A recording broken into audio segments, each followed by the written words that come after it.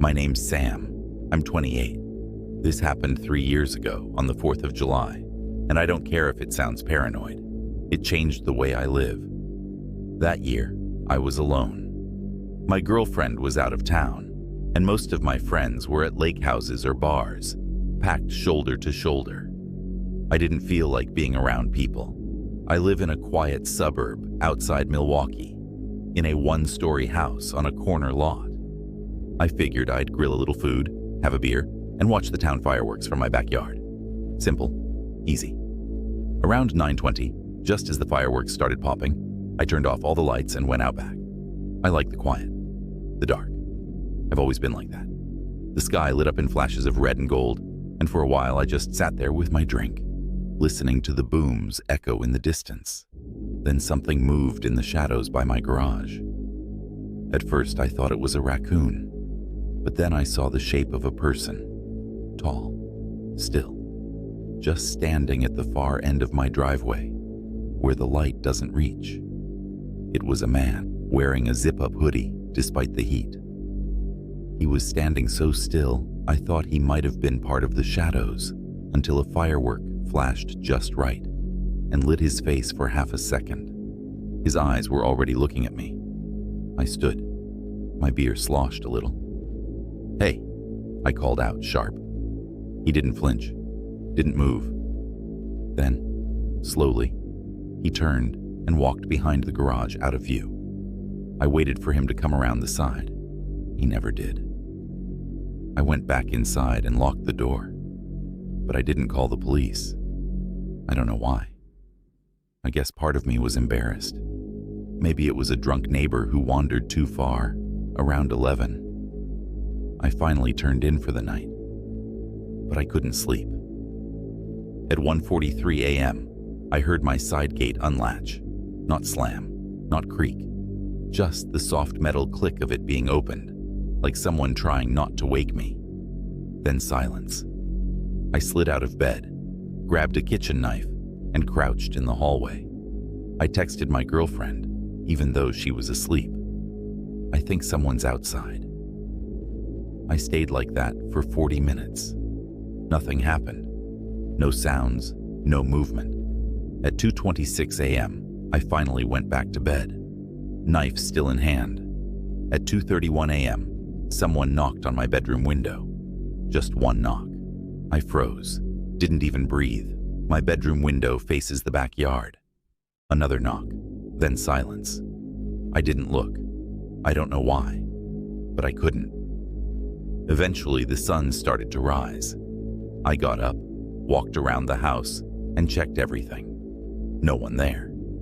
But in the backyard, right below my window, there was a folded piece of paper weighted down with a small rock. I picked it up with the edge of a kitchen towel. All it said was, "Thanks for the beer." The handwriting was thin and shaky. My stomach dropped, because the only person who had a beer that night was me. That means he was there, in the backyard, close enough to watch me, maybe close enough to be in the house. I checked the security cam feed from my garage. The footage was wiped, not corrupted, deleted. I got a random text later in the day. It was a video, just a few seconds long. It was a video of me, sitting on my back porch, holding my beer, watching the fireworks. Then a hand slowly came into frame. They were holding my house key. I knew it was mine because it had a certain design I put on it. The video was filmed from inside the house, from behind the sliding glass door. The pure fear that ran through my body was unexplainable. I had a million thoughts running through my head. I couldn't help but wonder if this was someone that I knew. I called the cops. They told me to change the locks immediately. I got a security system, but I still wake up sometimes, convinced I heard a soft knock on the window. And every 4th of July since, I leave town. Because I can't stop wondering how long he was watching, how many nights he was already inside, and what would have happened if I had turned around.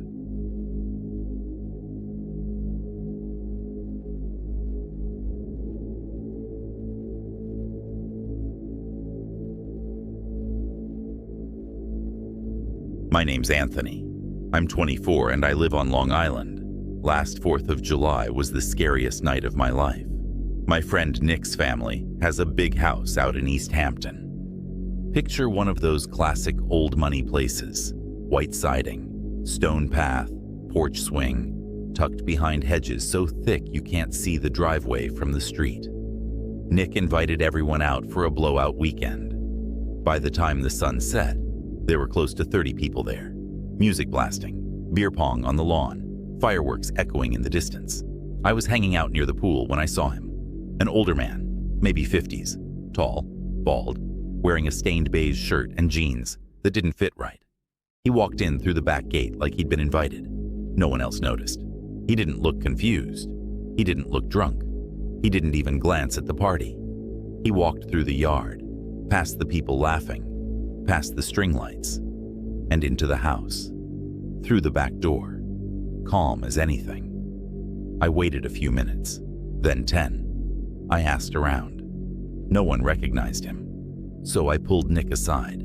He was half drunk, already sweaty, red-faced. I told him what I saw. "All right," he said, grabbing a pool stick. "Let's go get Grandpa Creeper out of here." He and 3 other guys stormed the house, yelling, "Hey, fucker! Wrong house!" They stomped through the first floor, slammed open doors, even searched the basement and attic. Nothing. He wasn't there. They came back out laughing like it was just the beer talking. Maybe it was, but I knew what I saw. By 2 a.m., most of the party had cleared out. It was just 5 of us left. Me, Nick, Adam, Marcus, and Ryan. The music was off, the fire pit was dying, and we were all that kind of tired, where your limbs feel too heavy. We decided to crash at the house. I grabbed the pull-out couch in the living room. Nick went upstairs. Marcus took the downstairs guest room. Adam and Ryan stayed on the sectional. It was quiet. I was about to fall asleep when my phone buzzed. A text from Ryan. "You hear that?" I texted back. "No, what?" "Something in the walls, like scratching. Could be mice IDK." I started to respond. Then I heard it. A soft scraping like nails dragging across sheetrock, coming from the vent above the TV. Then I got a second text from Marcus. "Dude, someone's walking around the hall, barefoot. Not you." I sat up. My heart was hammering.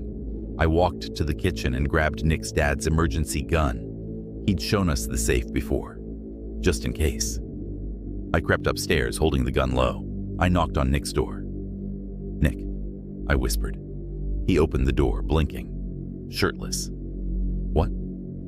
You hear anything?" We both froze. Downstairs, a long creak, like someone stepping on the wooden floor outside the basement door. We both looked at each other. Then we heard a scuffling, then a voice, pretty loud. "What the fuck?" It was Adam. I ran. We all did. We bolted down the stairs to the basement. It was pitch black. The overhead light flickered as we reached the bottom. Adam was collapsed on the floor near the wine rack, gasping like he couldn't breathe. His shirt was torn at the shoulder. His face was pale as paper. He just kept whispering. He was in the wall. He came out of the fucking wall. Then we saw it. The basement's large rectangular window, usually locked, was wide open, and the man, that thing, was climbing out. But this time, we saw him clearly. His face. Jesus. His face looked like it had melted on one side, like roadkill, in human form. I raised the gun and shouted, "Stop!" He looked back, smiled. His teeth were gray and rotted, and he ran, fast, into the woods behind the house. We chased him, flashlight beams cutting through the trees. But he was gone, like he'd disappeared into the dirt. We called the police. They showed up an hour later. Dogs, thermal cameras, nothing. But when they searched the property, they found something behind the basement wall. There was a false panel behind the shelving unit, and behind it, a tunnel. Like someone had been living there. Stained blankets, cans of food, old clothes, a Polaroid photo of a little girl, burned around the edges.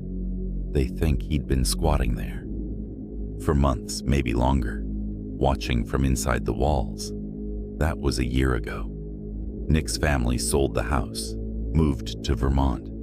Adam still goes to therapy for night terrors. Sometimes he screams in his sleep, says he dreams of being dragged into the wall. As for me, I haven't celebrated the 4th of July since, because when I close my eyes and hear fireworks, all I see is that man's face in the window. And I wonder if he ever really left that house, or if someone else's walls are hiding him now. It really pisses me off that this creep is still out there.